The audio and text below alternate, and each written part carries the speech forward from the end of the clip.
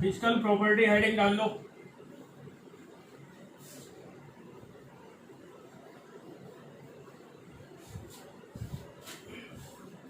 Physical property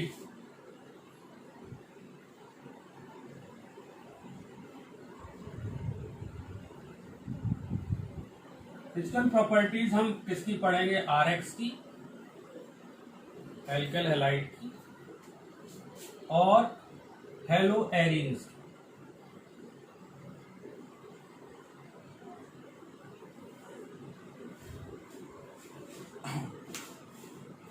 physical property में सबसे पहले तो समझो यार स्टेट। स्टेट में मतलब ये कैसे है, सॉलिड है, लिक्विड है, गैस है। तो याद रखो जो लोअर डेरिवेटिव है, जो लोअर है, लोअर हेलोजन का एल्केल हैलाइड है जिनका मॉलिक्यूलर मास कम है, जैसे कि CH3Cl, CH2, CH3, CH2Cl, इन सब की बात करें जो इनका मॉलिक्यूलर मास कम है, वो गैसियस स्टेट में होते हैं। वो सब क्या है? गैसियस है, गैसे हैं। लेकिन जैसे जैसे मॉलिक्यूलर मास बढ़ता जाता है, R जो है इसका एल्काइल पार्ट बढ़ता जाता है, वैसे वैसे ये लिक्विड हो जाते हैं, लिक्विड से फिर सॉलिड हो जाते हैं। तो मॉलिक्यूलर मास जैसे जैसे बढ़ेगा वैसे वैसे क्या होगा? लिक्विड हो जाएंगे, लिक्विड से फिर सॉलिड हो जाएंगे। हेलो एरिन्स की जहां तक बात करें, हेलो एरिन्स जो है वो लिक्विड स्टेट में और सॉलिड स्टेट में होते हैं। ठीक है, जैसे क्लोरोबेंजीन, ब्रोमोबेंजीन की बात करें तो ये लिक्विड स्टेट में और फिर वो सॉलिड स्टेट में आ जाते हैं। तो ये स्टेट की बात तो ठीक है।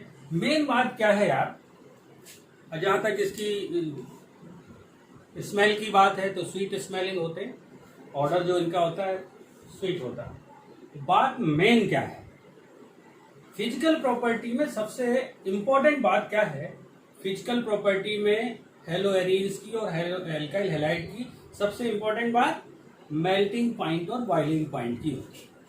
ठीक है, तो अब हम बात करेंगे मेल्टिंग पॉइंट और बॉइलिंग पॉइंट ऑफ हेलो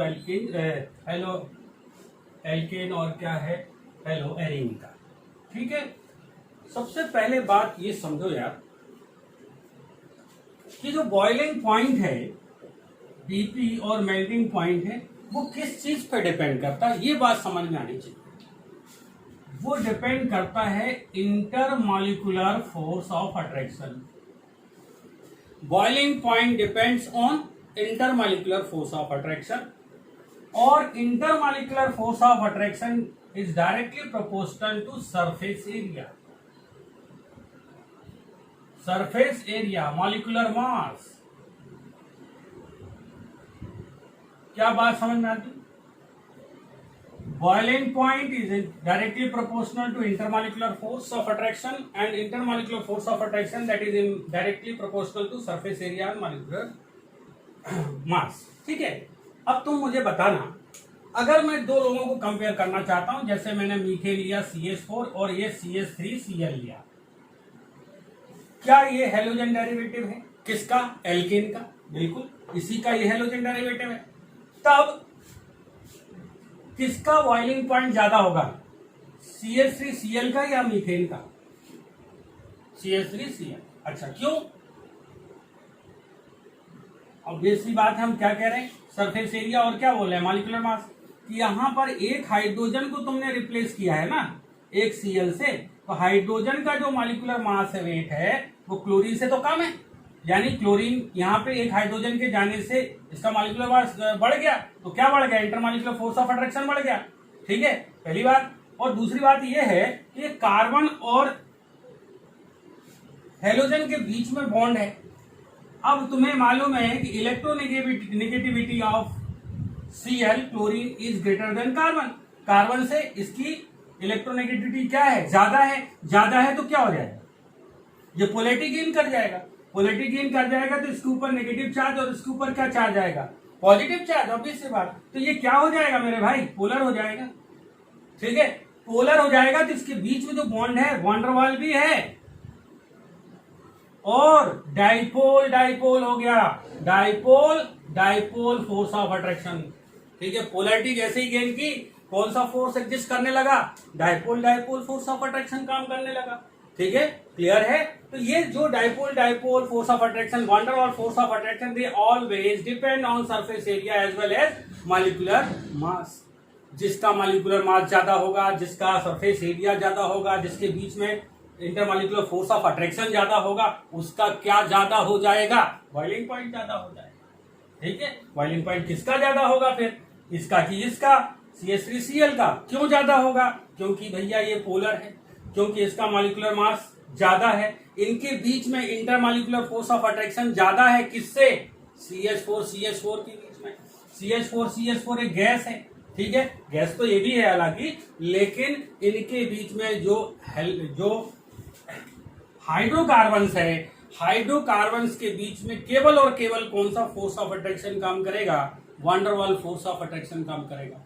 लेकिन जैसे ही तुम किसमें आ गए, हेलोजन से तुमने रिप्लेस कर दिया हाइड्रोजन को, तो यानी ये क्या बन गया, हेलोजन डेरिवेटिव ऑफ एल्कीन बन गया। Halogen derivative of alkene polar हो गया, क्योंकि उसकी कार्बन और हेलोजन के बीच में इलेक्ट्रोनेगेटिविटी में बहुत बड़ा अंतर है, इसलिए पोलर हो जाएगा। जैसे ये पोलर हो जाएगा, जिसके बीच में एक फोर्स ऑफ अट्रैक्शन डेवलप होगा, जिसको हम बोलेंगे dipole dipole force of attraction. Dipole dipole force of attraction greater है किससे, वैन डर वाल से, है कि नहीं। तो ज्यादा तगड़ा फोर्स ऑफ अट्रैक्शन है, तो इसको बॉयल करने में, इसको वेपर फेज में लाने के लिए ज्यादा एनर्जी लेनी पड़ेगी। बोलो हाँ या ना, हाँ, बोलते नहीं हो तुम लोग। ठीक है, अब देखो बात ये है यार कि ये मेरे पास क्या है, CH4 CH4 CH4, इनके बीच में बॉन्ड CH4, मतलब ये क्या है, हाइड्रोकार्बन है। हाइड्रोकार्बन के बीच में एक फोर्स ऑफ अट्रैक्शन काम कर रहा है, इंटरमॉलिक्यूलर फोर्स ऑफ अट्रैक्शन। अब मेरे पास CH3Cl, फिर CH3Cl, फिर CH3Cl, इनके बीच में भी फोर्स ऑफ अट्रैक्शन काम कर रहा है। तो यहाँ पे फोर्स ऑफ अट्रैक्शन किस टाइप का है, डाइपोल डाइपोल टाइप का है। यहाँ पे कौन से टाइप का है, वैन डर वाल टाइप का है।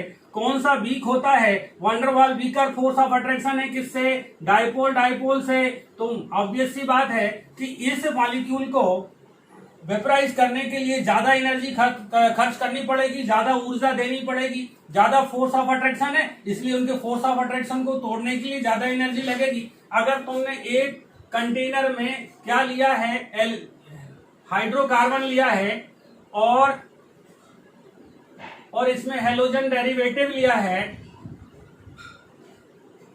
दोनों को क्या करना शुरू किया, गर्म करना शुरू किया, तो ये इसके मॉलिक्यूल वेपर फेज में और इसके मॉलिक्यूल वेपर फेज में आना चाहते हैं, तो ये जल्दी आ जाएंगे। यानी यहाँ पे एनर्जी क्या लगेगी, कम लगेगी, और यहाँ पे एनर्जी ज्यादा लगेगी, यहाँ ज्यादा पसीना बहाना पड़ेगा। क्यों बहाना पड़ेगा, क्योंकि इनके बीच में जो फोर्स ऑफ अट्रैक्शन है वो ज्यादा है। ज्यादा है तो जो सरफेस एरिया पे मॉलिक्यूल है, ये जो सरफेस एरिया पे मॉलिक्यूल है, वो नीचे, उनके जस्ट नीचे जो मॉलिक्यूल है वो एक दूसरे को क्या करेंगे, खींचेंगे। अट्रैक्शन ज्यादा है तो जैसे ही पहला वाला ऊपर भागेगा, नीचे वाला क्या आवाज देगा, कहाँ चल दिए, अकेले अकेले कहाँ जा रहे भैया, हमको भी साथ ले लो जहां जा रहे। तो क्या होगा, जैसे ही ऊपर वाला भागता है, पीछे वाला आवाज देता है, रुको यार, तुम अकेले अकेले कहाँ जा रहे हो। अट्रैक्शन ज्यादा है, मोहब्बत ज्यादा है, इसलिए एनर्जी ज्यादा लगेगी, इसलिए इसका बॉइलिंग पॉइंट क्या हो जाएगा, ज्यादा हो जाएगा। तो क्या दिमाग में बैठाना तुम्हें, मेल्टिंग पॉइंट और बॉइलिंग पॉइंट की अगर हम बात कर रहे हैं तो हमें बात करनी पड़ेगी इंटरमॉलिक्यूलर फोर्स ऑफ अट्रैक्शन की। इंटरमॉलिक्यूलर फोर्स ऑफ अट्रैक्शन जिसमें ज्यादा है उसका melting point, boiling point obviously ज्यादा होगा। तो अब तुम कंसीडर करो एल्काइल हैलाइड में या उसके पेरेंट हाइड्रोकार्बन किसमें ज्यादा होगा, जो ज्यादा पोलर है। पोलर कौन है, एल्काइल हैलाइड पोलर है, पेरेंट हाइड्रोकार्बन से ज्यादा। क्यों, क्योंकि उसमें पोलैरिटी है, उसमें मॉलिक्यूलर मास ज्यादा है, इसलिए उनके बीच में existing intermolecular force of attraction ज्यादा है। उस अट्रैक्शन को तोड़ने के लिए ज्यादा एनर्जी लगेगी, ज्यादा एनर्जी लगेगी तो उसका मेल्टिंग पॉइंट, बॉइलिंग पॉइंट ज्यादा होगा। क्लियर है बात, अच्छी बात। अब हम एग्जाम्पल से समझने की कोशिश करेंगे, ठीक है। तो तुम्हें बात क्या आएगी, boiling point is directly proportional to intermolecular force of attraction, that is in turn that is directly proportional to surface area and molecular mass. That's right. अब देखो मैंने एक एग्जांपल लिया CH3F का, CH3Cl का, CH3Br का, CH3I का। ये मेरे पास A, B, C और D। अब तुमसे कोई पूछे कि यार इनके बॉइलिंग पॉइंट के ऑर्डर को इंक्रीजिंग ऑर्डर में जमा दो या डिक्रीजिंग ऑर्डर में जमा दो, किसके ऑर्डर में जमा दो? डिक्रीजिंग ऑर्डर में जमा दो। ठीक करो, तो तुम्हें दिमाग लगाना पड़ेगा। देखो यार इसमें जो R पार्ट है क्या वो सेम है? सेम है। बदल क्या रहा है? हेलोजन बदल रहा है। अगर हेलोजन बदल रहा है तो क्या बदल रहा है? इलेक्ट्रोनेगेटिविटी भी बदल रही है और मॉलिक्यूलर मास भी बदल रहा है। इसका साइज बहुत ज्यादा है, इसका मॉलिक्यूलर वेट बहुत ज्यादा है। मॉलिक्यूलर वेट इसका बहुत ज्यादा है ना, किससे? ब्रोमीन से। तो इसका मॉलिक्यूलर वेट ज्यादा है, तो इंटरमॉलिक्यूलर फोर्स ऑफ अट्रैक्शन किसके डायरेक्टली प्रोपोर्शनल है? Surface area as well as molecular force. Molecular weight किसका ज्यादा? आयोडीन का। उससे कम किसका? Br का। उससे कम किसका? Cl का। और सबसे कम किसका? जिसका कम है मॉलिक्यूलर वेट तो उसका सरफेस एरिया भी कम। उसकी इलेक्ट्रोनेगेटिविटी की बात करें तो वो थोड़ी सी बाद में करेंगे, लेकिन मास पे बात करते हैं। इसका मास ज्यादा है, सरफेस एरिया ज्यादा है, तो इंटरमॉलिक्यूलर फोर्स ऑफ अट्रैक्शन ज्यादा है। अरे है कि नहीं? तो बॉइलिंग पॉइंट भी क्या है? ज्यादा है। तो सबसे ज्यादा किसका है? D, फिर C, फिर B, फिर A। क्या बात समझ में आई? ठीक है, हमें तो क्या सोचना है? सरफेस एरिया और साइज। हाँ, साइज और इलेक्ट्रोनेगेटिविटी भी कंसीडर करेंगे। लेकिन अभी क्या हुआ भाई? सरफेस एरिया ज्यादा तो इंटरमॉलिक्यूलर फोर्स ऑफ अट्रैक्शन ज्यादा, साइज बड़ा है तो सरफेस एरिया बढ़ जाएगा, और सरफेस एरिया बढ़ जाएगा तो इंटरमॉलिक्यूलर फोर्स ऑफ अट्रैक्शन बढ़ जाएगा। तो ये ऑर्डर हो जाएगा। ठीक, दूसरा केस समझो। दूसरे केस में हम क्या कर रहे हैं? हेलोजन जो है वो सेम लेते हैं, लेकिन एल्काइल पार्टिकल जो है, एल्काइल पार्ट, उसको अलग अलग लेते हैं। CH3Cl लिया, CH3CH2 Cl लिया, CH3CH2CH2Cl लिया, CH3CH2CH2CH2Cl लिया। अब देखो मेरे पास ये A है, ये B है, ये C है और ये D। अब तुमसे कोई पूछे किसका मेल्टिंग पॉइंट ज्यादा, तो तुम्हें दिमाग ये लगाना है कि किसका वजन ज्यादा, किसका भार ज्यादा, किसका मॉलिक्यूलर वेट ज्यादा। तो इसी का ज्यादा हुआ ना, ये बड़ा है। नंबर ऑफ कार्बन कितने? 4, 1 2 3 4। यहाँ पे 3 है, यहाँ पे 2 है, यहाँ पे कम है, तो मॉलिक्यूलर वेट कम किसका हो जाएगा? सबसे कम इसका हो जाएगा। तो इसके बीच में सरफेस एरिया कम हो जाएगा। सरफेस एरिया कम हो जाएगा तो इंटरमॉलिक्यूलर फोर्स ऑफ अट्रैक्शन कम हो जाएगा। इंटरमॉलिक्यूलर फोर्स ऑफ अट्रैक्शन कम हो जाएगा तो बॉइलिंग पॉइंट, मेल्टिंग पॉइंट कम हो जाएगा। तो सबसे ज्यादा किसका है बाबा? D is greater then, C is greater then, B is greater then A। ये ऑर्डर हो जाएगा। Because we know very well the intermolecular force of attraction is directly proportional to surface area as well as molecular mass. So we will have to consider first molecular mass. Molecular mass किसका ज्यादा? जिसका ज्यादा उसका melting point, boiling point ज्यादा हो जाएगा ना। तो हो गया, ठीक है, क्लियर, अच्छी बात। अगला केस देखो। अब हम नंबर ऑफ कार्बन भी सेम ले रहे हैं और नंबर ऑफ हेलोजन भी सेम ले, ठीक है। देखो 1 2 3 4 Cl 1, ये ले लेते इसको।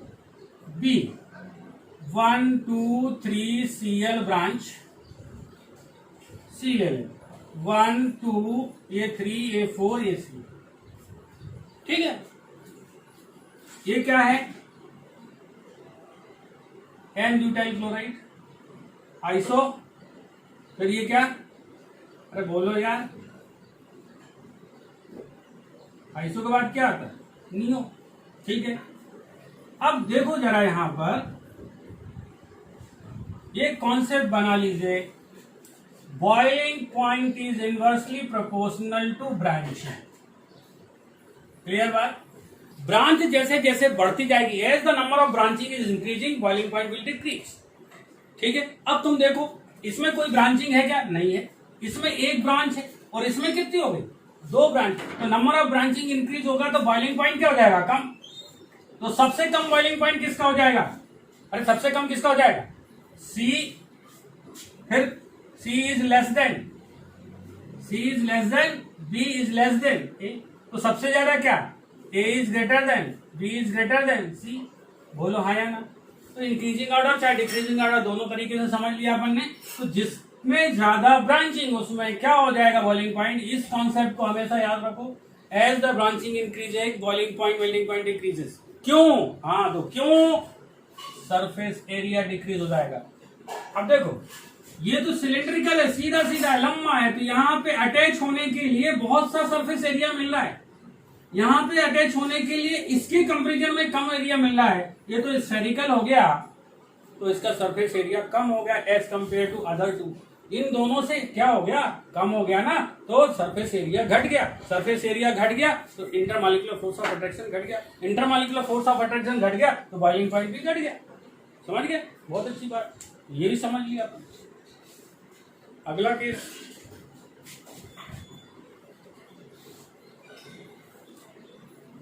अब हम बात करते हैं, ये तो एल्काइल हैलाइड्स की बात हो गई, हेलो एरीन्स की बात करते हैं।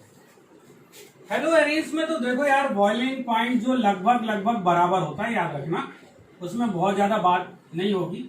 ये फ्लोरीन,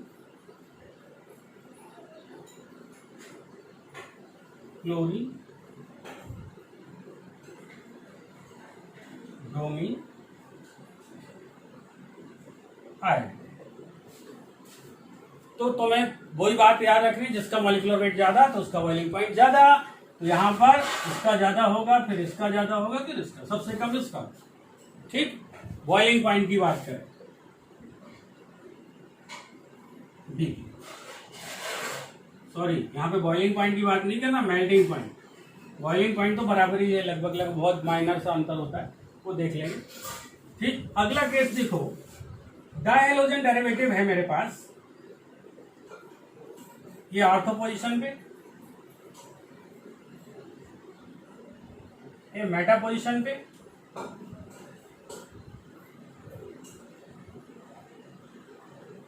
क्या ये पैरा पोजीशन पे, ऑर्थो, मेटा और ये para.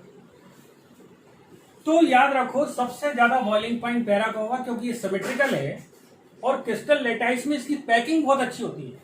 Due to greater packing, due to symmetrical nature, it can be packed in a small space.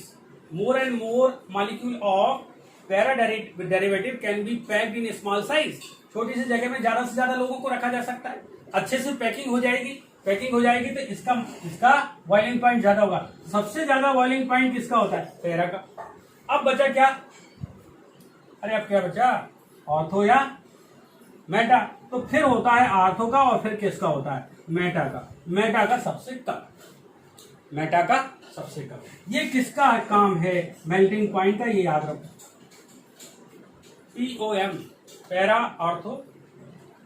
ठीक, और बॉइलिंग पॉइंट की जहां तक बात करोगे तो ऑर्थो पहले हो जाएगा, पैरा फिर मेटा। तो मेटा हर हाल में क्या होगा? मेटा मतलब मेटा पोजीशन वाले का बॉइलिंग पॉइंट भी कम होगा मिनिमम, और मेल्टिंग पॉइंट भी कम होगा। तो बॉइलिंग पॉइंट में क्या होगा order? Ortho, para, Meta, OPM, और मेल्टिंग पॉइंट में POM। ठीक है, क्लियर? तो ये छोटी सी बात की बता दी मैंने। ठीक है, क्लियर? तो it is all about the melting and boiling point of halogen derivative. ठीक है, हेलो एरीन हो चाहे एल्काइल हैलाइड हो, कुछ भी हो, सबको किसके आधार पे याद रखना है? You have to consider one thing, that is intermolecular force of attraction. Intermolecular force of attraction जिसमें ज्यादा होगा, जिस कंडीशन में ज्यादा होगा, उसका बॉइलिंग पॉइंट मेल्टिंग पॉइंट ज्यादा होगा। ठीक है, intermolecular force of attraction is greater, which in turn depends on the surface area. Surface area जिस मॉलिक्यूल का ज्यादा हो, जिस मॉलिक्यूल का मॉलिक्यूलर वेट ज्यादा हो, उसमें इंटरमॉलिक्यूलर फोर्स ऑफ अट्रैक्शन ज्यादा होगा। इंटरमॉलिक्यूलर फोर्स ऑफ अट्रैक्शन ज्यादा है जिसका, उसमें बॉइलिंग पॉइंट भी उसका ज्यादा होगा। ठीक है, तो क्वेश्चन क्या आता है? वाई डू हेलोजन डेरिवेटिव यानी alkyl halide show higher boiling point than that of parent hydrocarbon. Parent hydrocarbon से हेलोजन डेरिवेटिव का बॉइलिंग पॉइंट ज्यादा क्यों होता है? क्वेश्चन ये रहेगा 12th स्टैंडर्ड में, क्वेश्चन यही आ सकता है बस। क्या क्वेश्चन क्या आएगा? वाई डू एल्काइल हैलाइड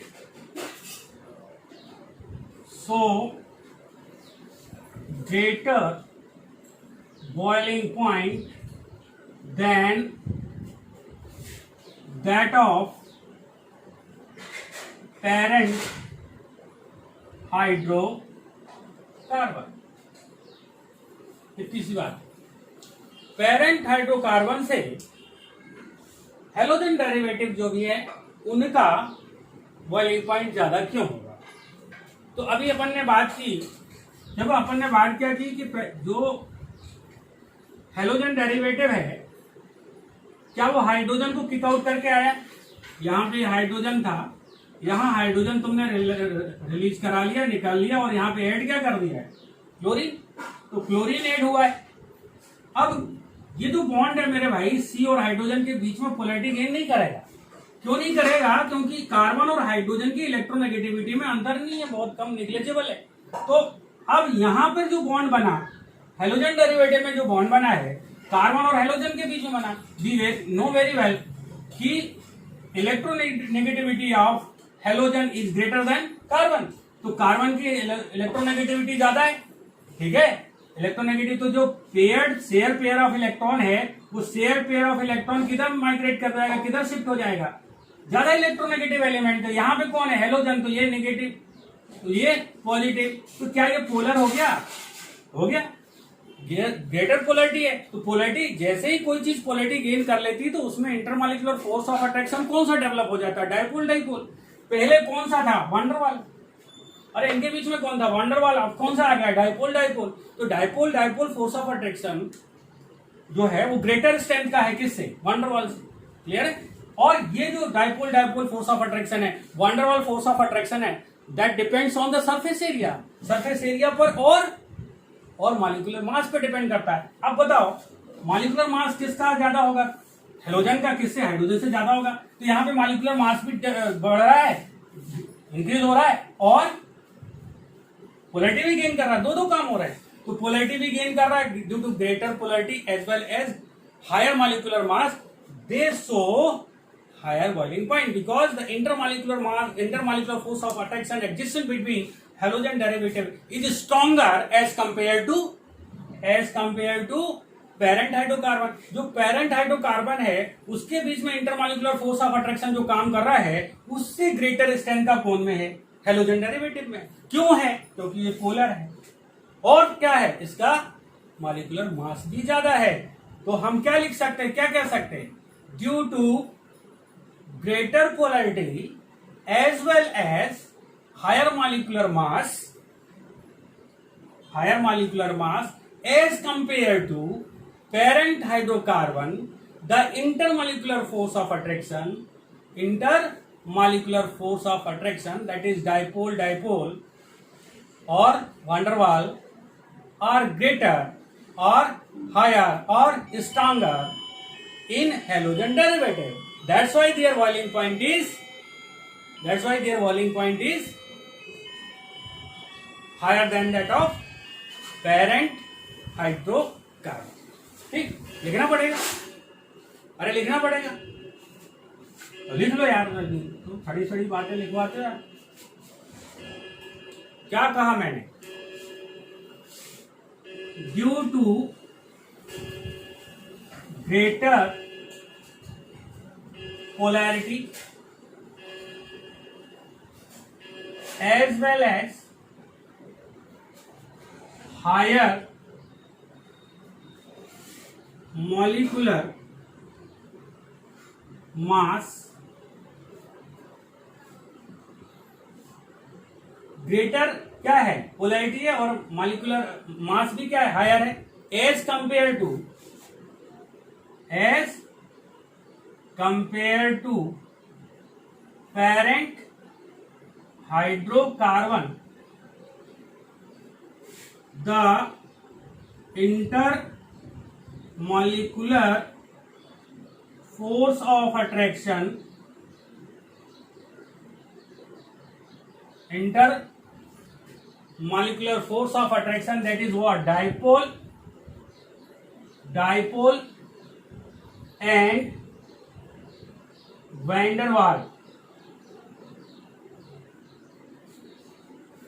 इसको डिस्पर्सन फोर्स ऑफ अट्रैक्शन भी बोलते हैं। तो van der Waals, देखो, due to greater polarity as well as higher molecular mass as compare to parent hydrocarbon, the intermolecular force of attraction are stronger in halogen derivative. That is why the boiling points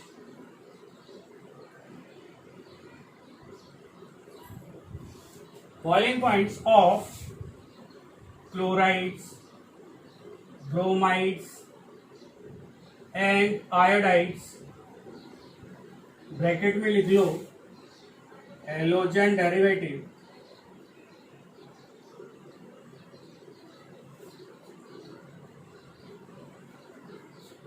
are higher than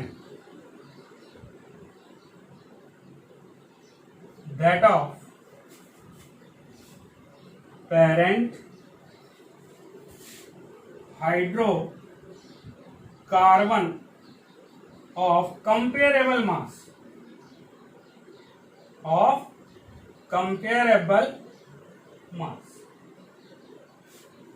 लिख लो। इतनी सी बात है। और example दे देना तुम, यहाँ पे example मैंने 2-3 दिए थे, ठीक है। वही ऐसा CH3F, CH3 Cl, CH3 Br, CH3I, किसका ज्यादा है मास? इसका ना, ऐसा ऑर्डर लगा देना,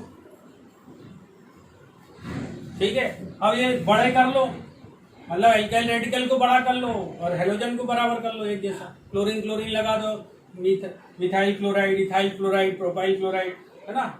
इस तरह से उसमें भी ऑर्डर बताओगे तो सेम रहेगा, जिसका मॉलिक्यूलर मास ज्यादा है। ब्रांचिंग वाले केस में जिसमें ब्रांचिंग ज्यादा है उसका मॉलिक्यूलर मास कम हो जाएगा। तो ये बात अपन पहले भी पढ़ चुके ना, तो ये बात हो गई।